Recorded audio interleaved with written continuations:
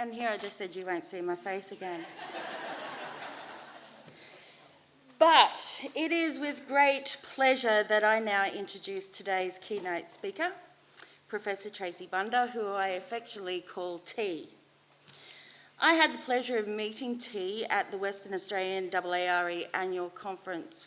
I was instantly in awe at the pure awesomeness that is Tracey Bunda.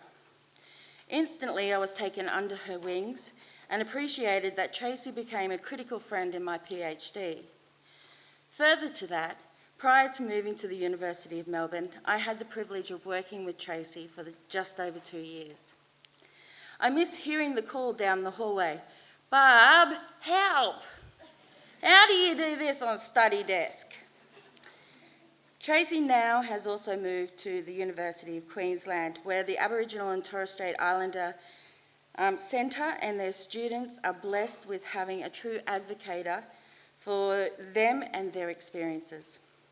Could you please join me in inviting the Indigenous Sovereign Warrior Woman Queen to the stage to teach us, Professor Tracey Bunda.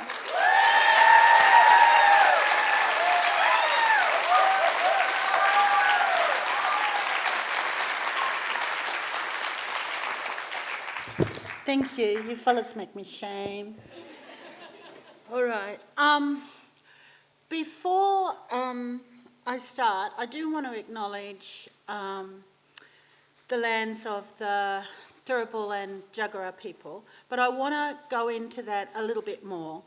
But I thought it might be opportune to talk about my involvement at AARE. It was sort of a bit of a default position because, and I'm not saying this for you to go, "Oh, poor fella." I'm saying this because it's just a truth. It's a story, right? So in 2013, I had my heart attack, and I was effectively unemployed, and AARE that year was in Adelaide. And Liz McKinlay, education faculty, not black Liz McKinlay, white Liz McKinlay, University of Queensland, had been working with Dr. Karen Martin to get a little bit of a grip within AARE. We hadn't been very successful in encouraging Aboriginal and Torres Strait Islander people to the association. So, in 7 years, you look across this association and we have Indigenous representation on the executive, and we use a system there where we have 2 representatives on the executive. So the one that is going out is helping train the one representative that is coming in. We have Indigenous awards, as you've seen over the last 2 days. We have Indigenous scholarships for our young education academics and researchers to come and attend this conference. We have now what's called Blackout Tuesday, which is an established part of the program.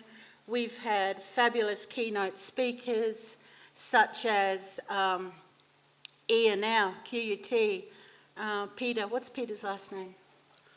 Peter Anderson. We've had Peter Anderson. We had Gwaine last year. We had Nerita Blair the year before that. We're showcasing what it is that we do. And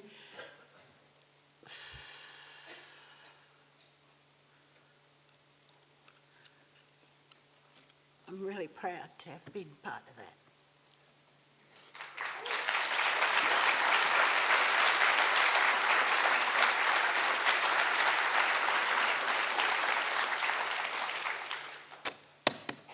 Okay. All right, right, so prior to commencing, I want the Aboriginal and Torres Strait Islander audience to know that I'm going to be speaking names of Aboriginal people who have passed. So if you are kin to either Errol West, Stephen Bumba Albert, or John Budby, let me know now by raising your hand. All right, I will. Do you want me to use Kumanjay? Okay, all right, thank you. In my abstract, I identified that I'll be wearing my I See Deadly People t-shirt, and at the end of today's address, for all of those who are wearing the Aboriginal t-shirts, can you please move to the front so that we can have a conference photo? I was thinking I was trying to create the largest selfie, but I'm not very good with technology, so that's that's as far as I got. Don't, gun. All right. So let me start then. Melita, if this technology doesn't work for me, will you help me, Baba? Okay. As a Guri Jundal of the Ngugi and Waka Waka nations, I acknowledge the traditional owners of the country on which we meet, the Turrbal peoples. Unless a TO tells me otherwise, I've been taught in this country that the Turrbal peoples and the Yuggera peoples straddle either side of the river in Brisbane. I recently had the opportunity to meet with University of Queensland white scholar. Where do I point it, Bubba? Yeah. I know what I'm doing. I recently had the opportunity to meet with University of Queensland white scholar Professor Paul Memmott, and through his research with local Aboriginal people such as Uncle Des Sandy, Brian Coghill, Arthur Isaacs and Alex Bond, he has shared with me stories of colonisation and Guri belonging in the Brisbane region. In this regard, I also acknowledge the Yuggera peoples on whose land the university in which I now work is located, and I'm grateful for the ability to be able to have livelihood and provide for my family. Let me share some of those stories that Professor Paul Memmott has shared with me. For those of you at the end of the conference day, travelled down the hill to your accommodation. So I'm in the Quest, so it's just, down the hill past all that student accommodation. And for those of you who are going to the bus terminal, a further stretch of maybe 100 metres beyond the golf course places you at the camping grounds for Aboriginal peoples travelling into what became known as Brisbane. A series of water sources connected there in this camping place, which is now built over with the motorway. For those Aboriginal people from the south of Brisbane, camping was located at the Woolloongabba cricket ground. Camping was also at the site of Lang Park football stadium.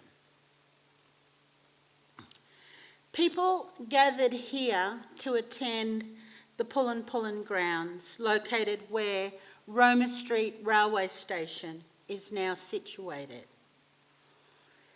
At the Pullen Pullen, disputes were settled, young boys were gathered for initiation, and ceremonies were conducted. At the other campus of QUT, located at Gardens Point in the city, is also where the river bends and the reach from Victoria to Story Bridge is generally known as Meanjin.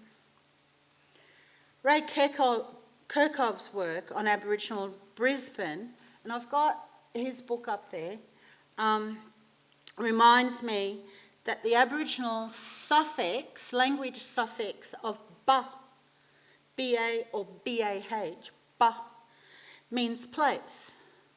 So we have Toowoomba, we have Minjarrabba, we have Bundamba. I had to use that one because it's got Bunda in it. The place of Bunda. A welcome to country acknowledges you in country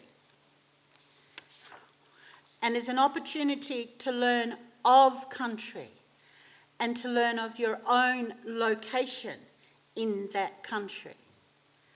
So sociolinguistic applications to Aboriginal geographic understandings are complex, but help determine the nature of relationships within that country.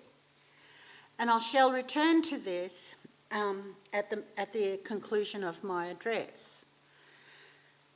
Further stories from Paul tell that along South Bank, and some of you may be accommodated there at South Bank and West End, the colony would not have survived without Aboriginal people providing fish and other seafoods for the colonists. And the quality of the seafood was something that the colonists had never ever experienced before. I'm thankful to Professor Mehmet for taking the time to want to teach me. And I know as blackfellas we get touchy about whitefellas, knowing our stuff, but it is his imperative to return the knowledge that was given to him.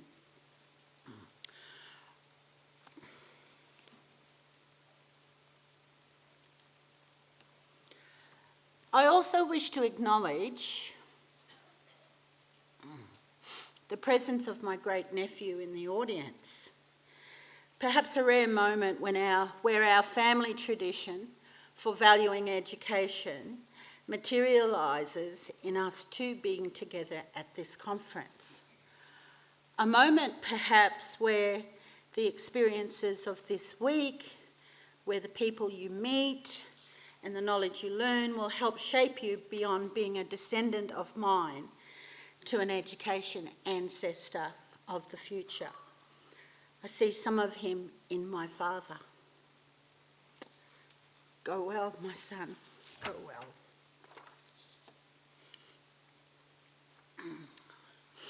The abstract for my keynote today nominates that the address is more of a dialogue with you, with the audience. For Aboriginal and Torres Strait Islander members, hopefully you find affirmation in the things that I say.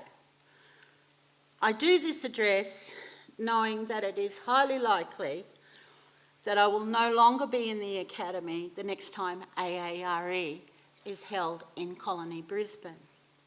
And so I'm honoured to have been selected by the Aboriginal and Torres Strait Islander Research SIG as the speaker for the keynote on Aboriginal and Torres Strait Islander Tuesday. I am in this dialogue raising knowledge of trends and developments, some settled, some not, some that should have been settled a long time ago. So I'm raising trends and developments in Aboriginal and Torres Strait Islander higher education that not only shape us, but also inform the non-Aboriginal and Torres Strait Islander practices and traditions that are used for better or for worse in engagements with us. There are a number of considerations for the framing of today's dialogue. This year is the International Year of Indigenous Languages. Apart from the many efforts by differing Aboriginal and Torres Strait Islander communities to rescue, revive and make languages thrive, we as an association have been relatively silent on this matter. So let us now celebrate the diversity of our languages to speak, Aboriginal languages in context. Remember the names of the traditional owners of country, where the conference is being held. You're going to get tested on this.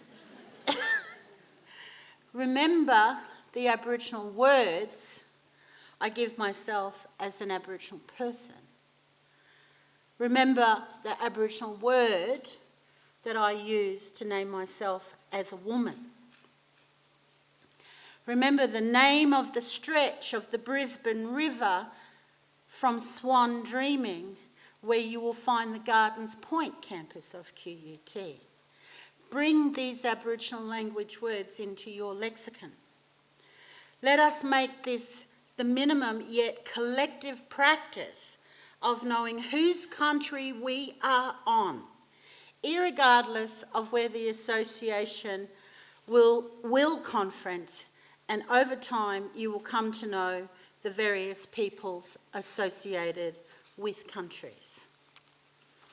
It's important. It's really important for you to be able to do that.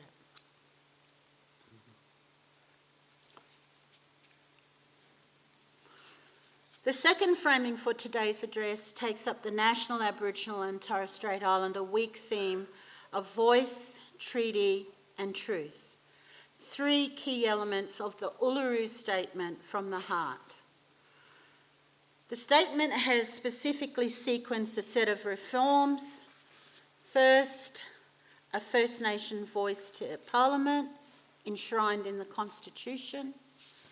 And second, a Makarrata Commission to supervise treaty processes. And thirdly, truth-telling.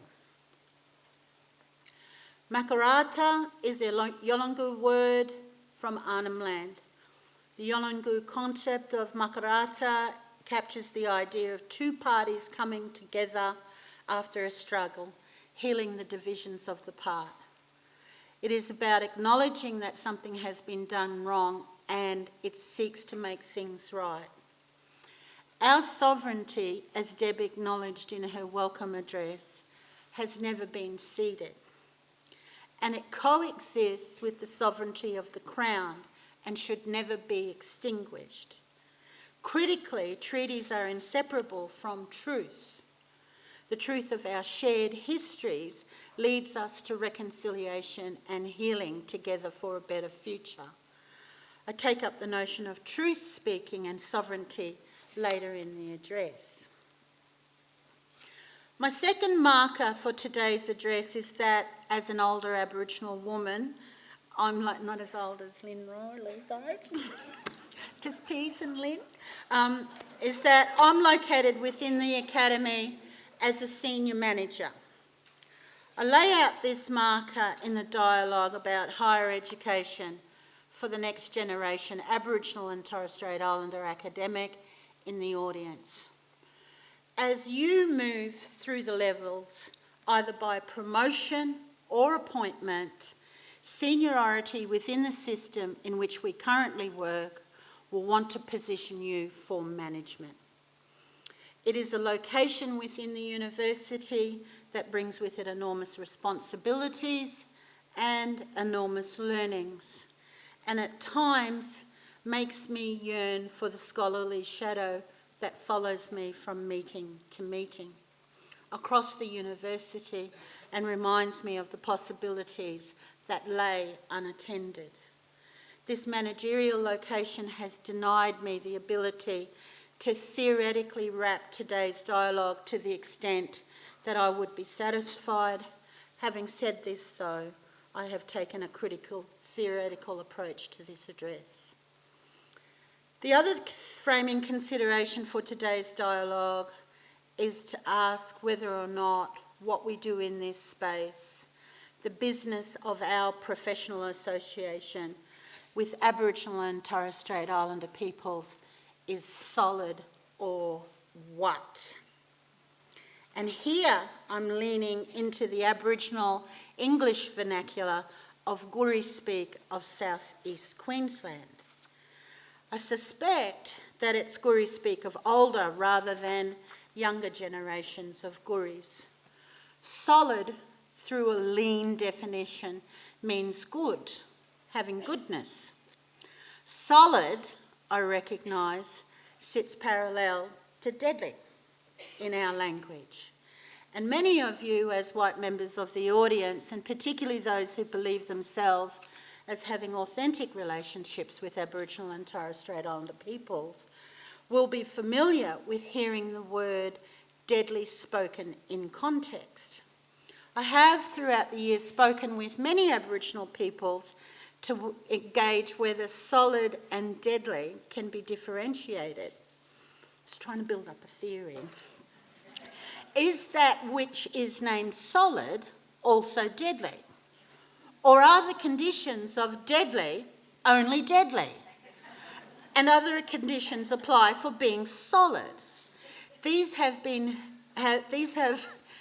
interesting, though unresolved, conversations. I stay with solid as an honouring of the older generations who taught me, and use this reference to determine the progress of our association's work. It's spoken with urgency and with attitude, for our work requires both. For our Māori brothers and sisters in the audience, perhaps solid has some resonance for the way in which I hear the word choice is spoken in your communities. In this dialogue, and where possible, I'll also make reference to Aboriginal education ancestors, for I do not want the memory of these ancestors lost to the next generation of Indigenous education academics. Allow me to speak of the ancestor, Errol West, Palawa scholar.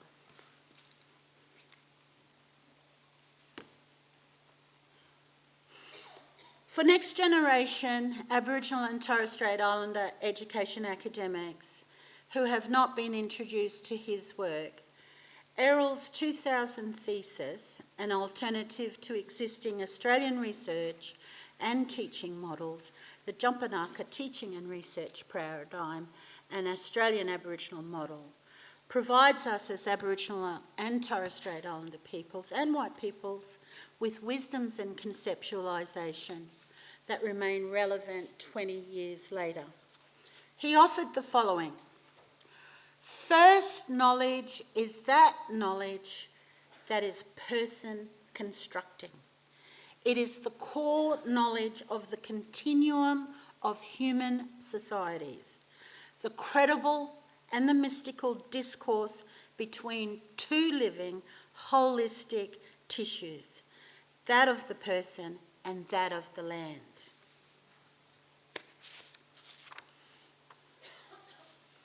That the Jumpanaka teaching and research model has cultural, spiritual, secular, intellectual, political, practical, personal and public dimensions, and he was the first black person that I knew who dreamed and conceptualised an Indigenous university.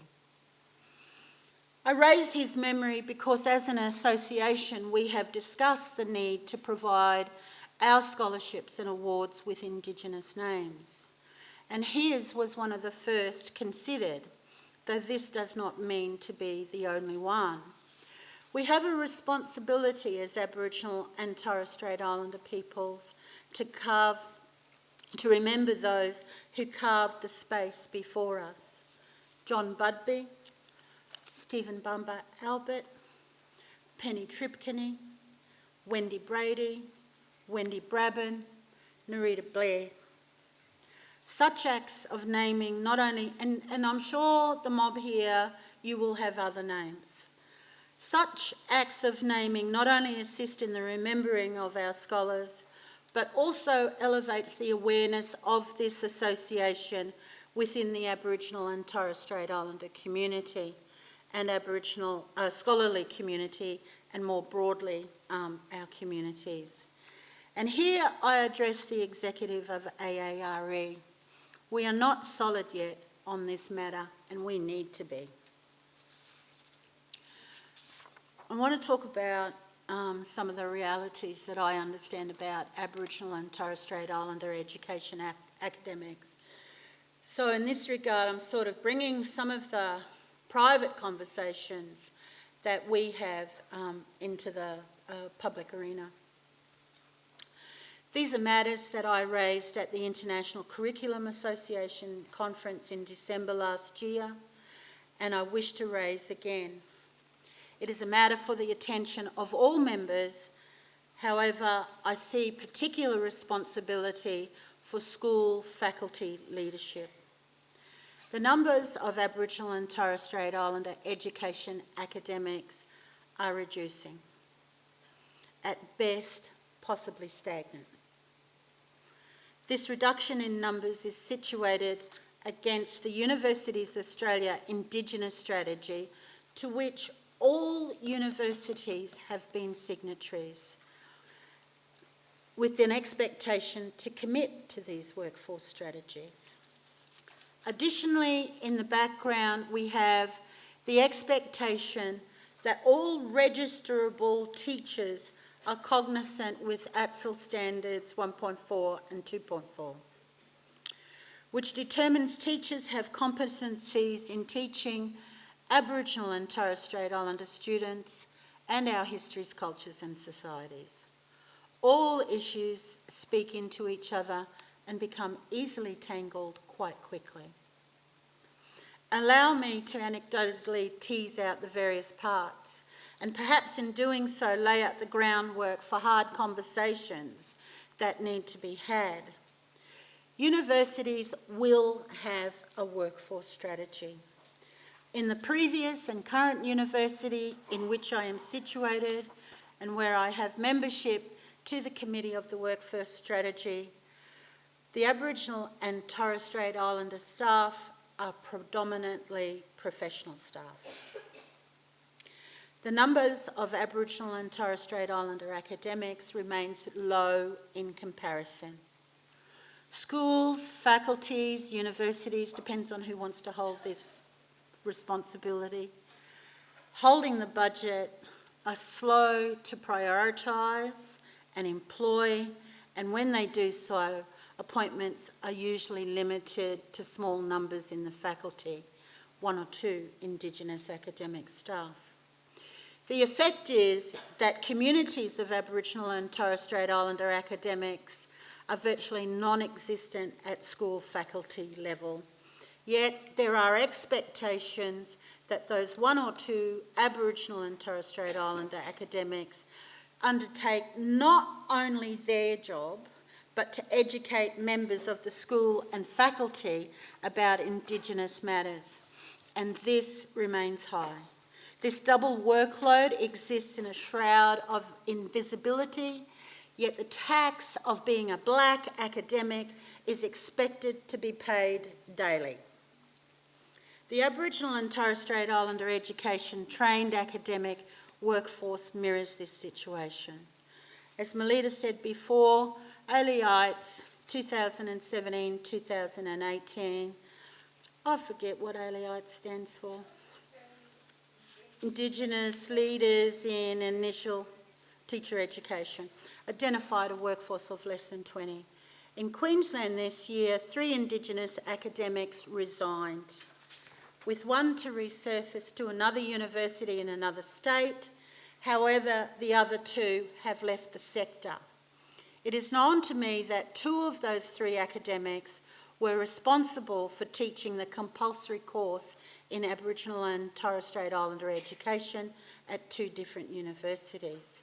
One of these academics has been replaced by other Aboriginal academics to lead the course, and the other Aboriginal academic has not been replaced, and the compulsory course which they coordinated is now led by a non-Aboriginal ally working with tutors, 2 of whom are Aboriginal HDR students. There is another consideration in this entanglement, and I have previously written about the perils associated with the teaching of the compulsory course when uninitiated white student cohorts are resistant to learning and sometimes violently so. These types of student responses have real impacts on Aboriginal and Torres Strait Islander education academics where career trajectories, particularly in the corporate university, are undermined by the system of student evaluations of these courses. I see lots of heads nodding. It is a strong lived experience. When received by the university as an unequivocal measure of teaching performance, Indigenous academics can be met with a "please explain" by heads of school, particularly when student evaluation scores are low. Insult is added to injury when this carries into the promotion process, particularly when the school faculty fails to be reflexive about how colonising its own procedures are.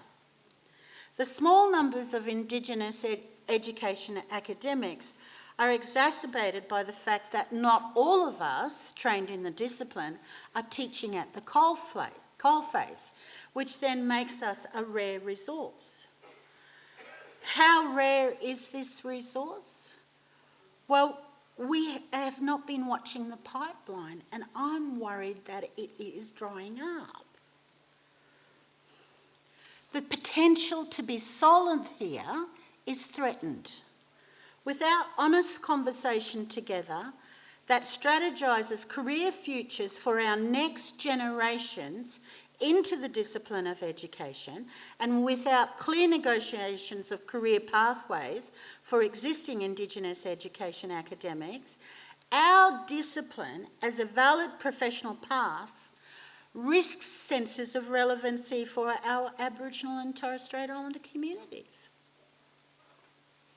The leadership within the discipline of education at Dean and Executive Dean level needs to work now with Aboriginal and Torres Strait Islander communities towards suturing in the foundations of a solid future. And before I leave this element of the conversation altogether, I do wish to raise that the conversation will also need to take account of our truths in the teaching of Aboriginal and Torres Strait Islander cultures, histories and societies, which defines the ATSL Standard 2.4. I am not an advocate of white educators teaching about our cultures and spiritual positions. My concern here is that the objective becomes easily bastardsized when applied with an associated pedagogy that reverts back to old anthropological ethnographic approaches that position us as objects of study rather than co-sovereign entities of this land.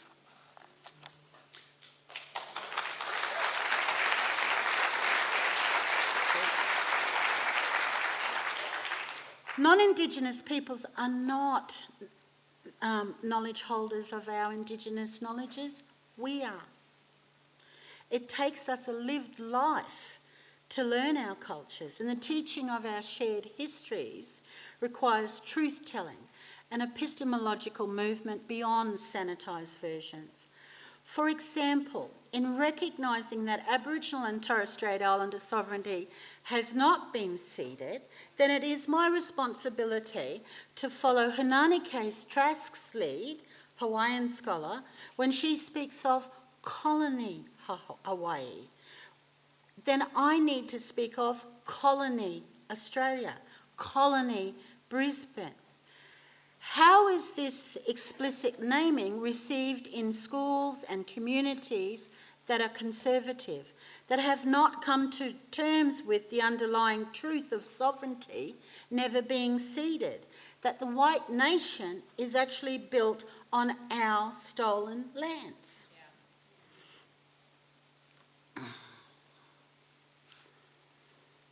I am not without empathy for the classroom teacher who's caught in this politic and is immobilised by its effect.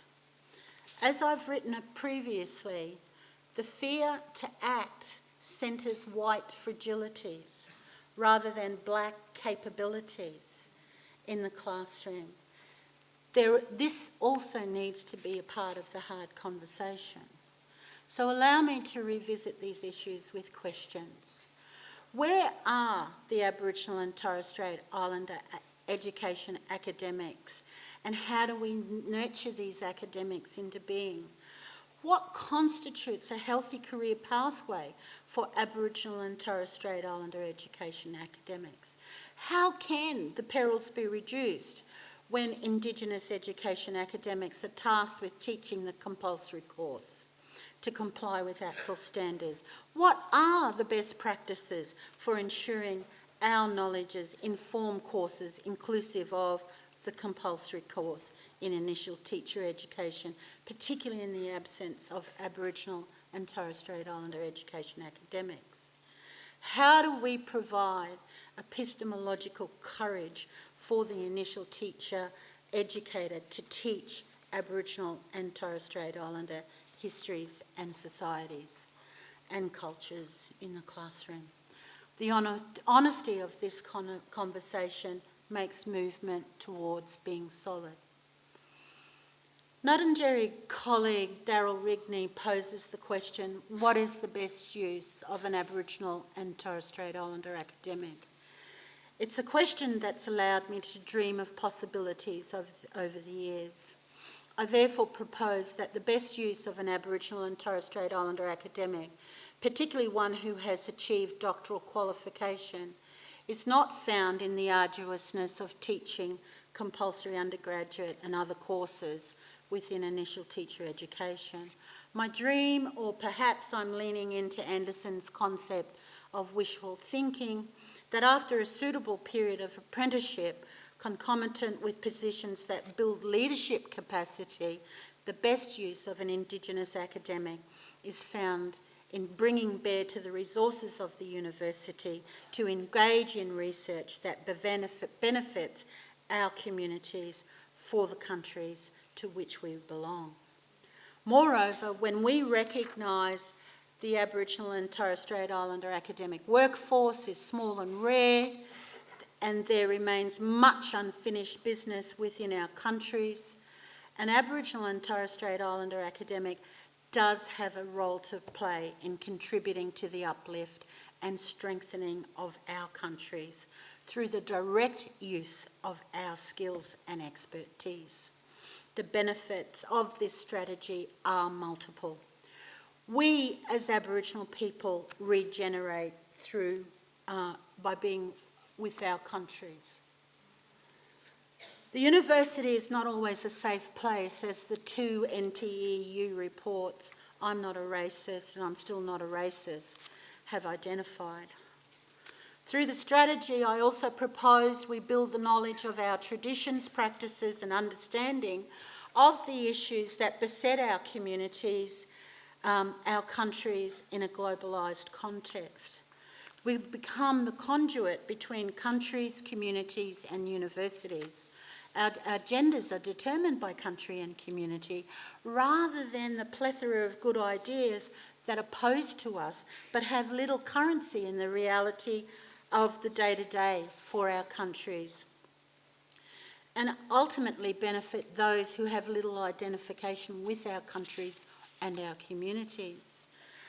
We would begin then to replicate those traditions within our countries and communities whereby the expertise of senior leadership is present and accessible by other members of country. Our senior experience in the university would then walk hand in hand with our becoming senior in country for the benefit of others. To dream this possibility into reality would be solid. I want to talk a little bit now about research. Let me be clear, the research space is a racialised space. And as Lynn Riley and Amy Davidson pointed out in their presentation about community-led participatory research yesterday, it is a space of disparate power positions for Indigenous peoples and the white researchers.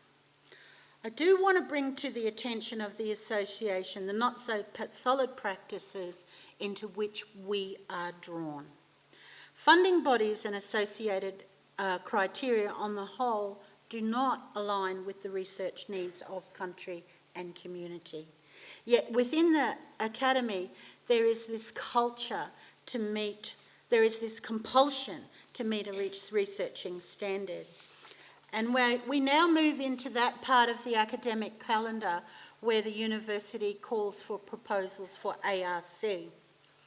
Invitations to Aboriginal and Torres Strait Islander academics will manifest, and the intention is sometimes read with dubious overtones in the Indigenous Academy. Questions are being asked. Is this research that we are invited to the research we need, or is the invitation offered because the research needs us?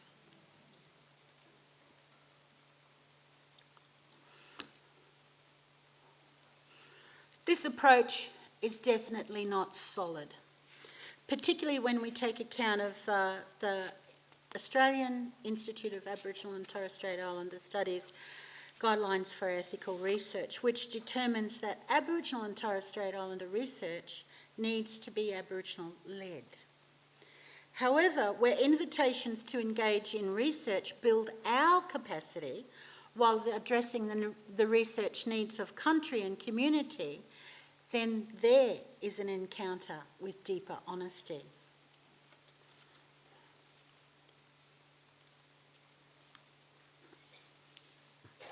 Sean Wilson, and I'm going to say this badly, so the mob can slap me later, Opasquaic Cree scholar, nominates research as ceremony where our relational positioning to country, our positionality as Indigenous peoples, is a fundamental of our reality. In the space where our relationalities inform our positionalities as Indigenous people, in this space, our sovereign selves are nurtured. How then do we realise the fundamentals of our sovereignty into the education space? What does this look like? In November last year, I had been selected to provide a keynote address for the NZARE. It was an absolute honour to be one of the 4 keynote addresses at the conference, inclusive of Caribbean, Pacifica and Māori voices.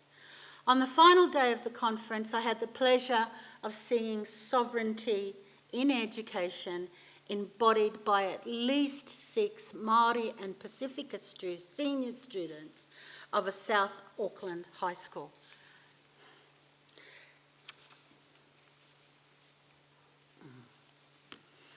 The students, or warrior scholars, had benefited from a curriculum that had decolonised through the work of Dr. Anne Mill, working with the community, author of the book above. The warrior scholars were bilingual speakers and had been connected to the Māori scholars of Waikato, with no less than Professor Leonie Pihama teaching the students the techniques of action research. These skills were applied to the local community in which the warrior scholars, researchers lived, and with the use of new technologies, a suburban geography app investigated racism, its type and location, and mapped this knowledge onto the technology. I want that technology as I go about the university. The research warriors were responsible for investigating food supply, distribution for low socioeconomic families. And what was found that the availability of cheap takeaway food, high fat, carbohydrates, sugars, those takeaway outlets were more prominent in their community than in other communities. And so the ability to access nutritious food sources was much lower. Their research was responsible for introducing, these are 17 and 18-year-old kids. Okay, this is powerful stuff. Their research was responsible for introducing cheaper, fresher, more nutritious foods through regular, accessible community markets. In short, individual performances improved, aspirations were elevated, overall school performance was exemplary, and here's the kicker, much to the belief disbelief of the Education Department, who not only questioned the school results, shamed the school in the media and officially investigated the school. And I have written in Sovereign Subjects, an edited collection by Aileen Morton Robinson, that sovereignty is embodied, and warrior researchers certainly embodied their sovereignties. We live in a time where the scholarly landscape is enriched by Indigenous theorising, both here and abroad. These conceptual understandings have been liberating, giving us voice and allowing us to tell our truths. Emerging and Indigenous scholars are able to speak and write through decolonisation, standpoint positioning, Aboriginal women's standpoint, Indigenous discourse analysis, yarning, and you'll love this one, Mob, race shifters. Do you like that? Yeah, I like that. I was really hungry for that one. So, as co-chair of the Aboriginal and Torres Strait Islander Research SIG, and with the chair, part of our responsibility is to assess and timetable all of the presentations. When I have been actively engaged in this process, I do not recall papers that address our sovereignty, either as a school-based model for learning or through engagements with our communities, and not as pedagogical, epistemological or ontological consideration. If it is not known and appreciated, it is not voiced, it is not centred. The education system that we are offered has done little to actively recognise and respect our sovereignties and has worked hard to assimilate us. Do we hear our sovereign languages as the language of instruction?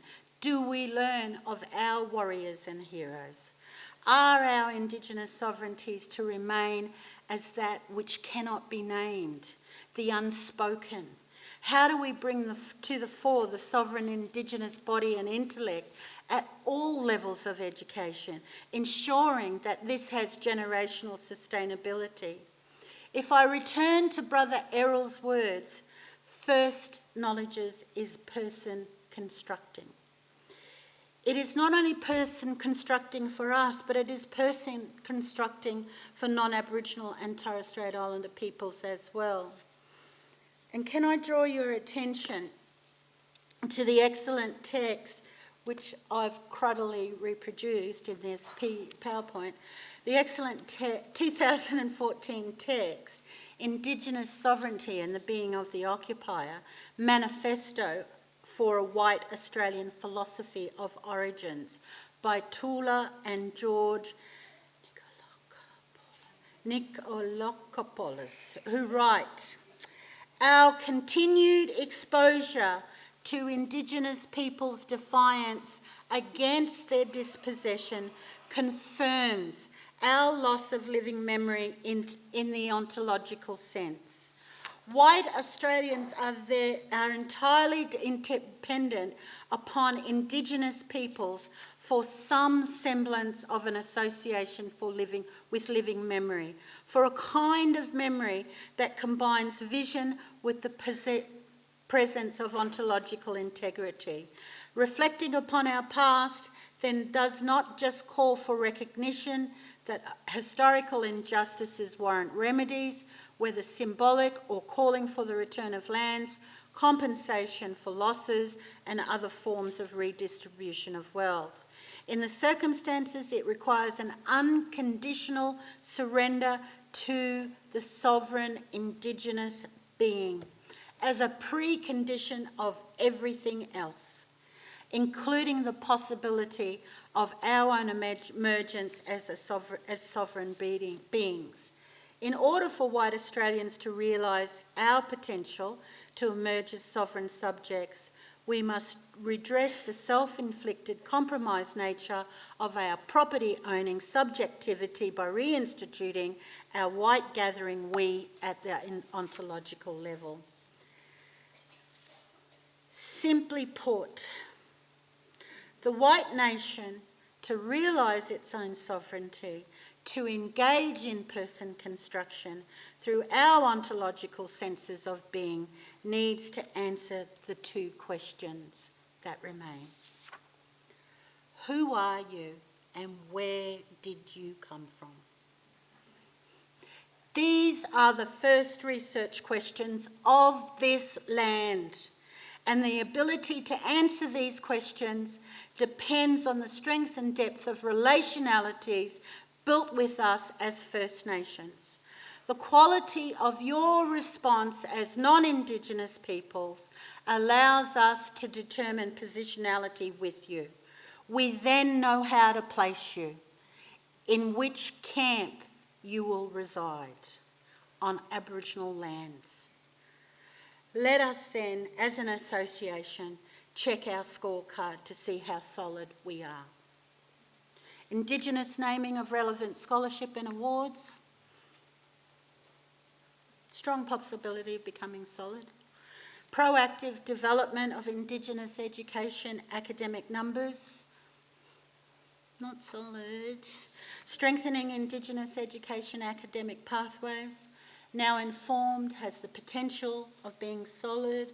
Engaging in research that is Indigenous community derived and led. Presently not solid, though now informed, has the potential of being solid. Indigenous sovereignty centred within the non-Indigenous sovereign being. Time will tell. Thank you very much.